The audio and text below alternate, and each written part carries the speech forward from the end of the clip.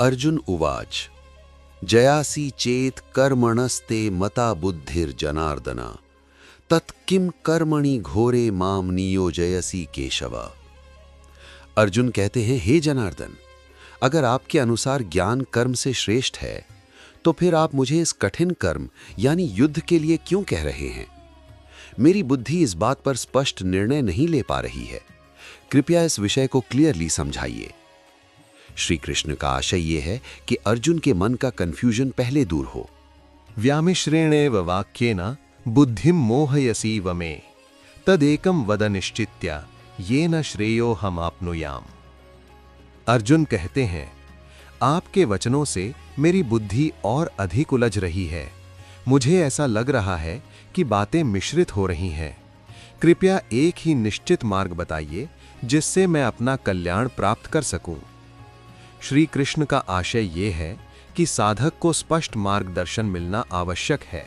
श्री भगवान वाच लोकेस्मिन् द्विविधा निष्ठा पुरा प्रोक्ता मया नघ ज्ञान योगेन सांख्यानाम कर्म योगेन योगिनाम। श्री कृष्ण कहते हैं, हे निष्पाप अर्जुन, इस संसार में दो प्रकार की निष्ठाएं बताई गई हैं। ज्ञान मार्ग ज्ञान योगियों के लिए है और कर्म योग उनके लिए है जो कर्म करते हुए आगे बढ़ते हैं। श्री कृष्ण का आशय ये है कि हर व्यक्ति का स्वभाव अलग होता है।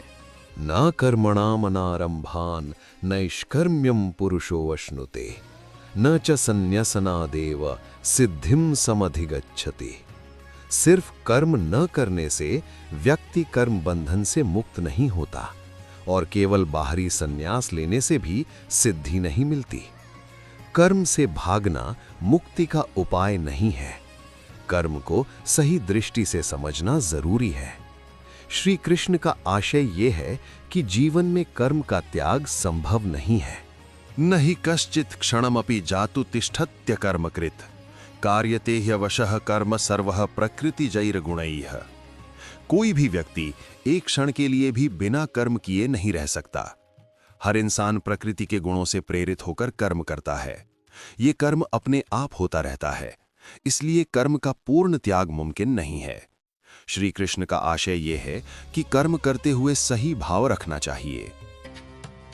हरे कृष्णा